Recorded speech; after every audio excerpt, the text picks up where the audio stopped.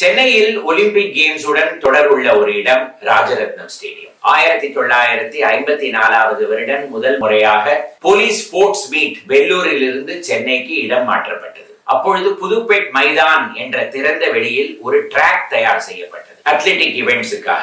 அந்த டிராக்கில் முதல் முறையாக அப்பொழுது அமெரிக்காவில் இருந்து சென்னைக்கு வந்திருந்த ஒலிம்பிக் வீரர் பாப் ரிச்சர்ட்ஸ் என்பவர் ஓடி அந்த டிராக்கை திறந்து வைத்தார். இந்த பாப் ரிச்சர்ட்ஸ் என்பவர் போல் வால்டிங்கில் அமெரிக்காவிற்காக தங்கப்பதக்கம் ஒலிம்பிக்ஸ் ஜெயித்தவர். அதற்கு பிறகு இந்த ஸ்டேடியத்தில் 2 வருடங்களுக்கு வேலை நடந்தது. அப்பொழுது ஜெஸ்ஸி ஓவன்ஸ், பாப் மேத்தியாஸ், ஜெஸ்ஸி ஓவன்ஸை பற்றி எல்லாருக்குமே தெரியும். அதே போல பாப் மேத்தியாஸ், இவர் ஒரு டிகாத்லீட். இவர்கள் 2 பேரும் இதே ஸ்டேடியத்தில் வந்து இதே டிராக்கில் ஓடி இருக்கிறார்கள். அப்பொழுது இன்ஸ்பெக்டர் ஜெனரலாக இருந்தவர் திரு VR ராஜரத்னம். நாளடைவில் 1970 போலீஸ் ஸ்டேடியம் என்ற இடத்திற்கு ராஜரத்னம் ஸ்டேடியம் என்ற பெயர் கொடுத்தார்.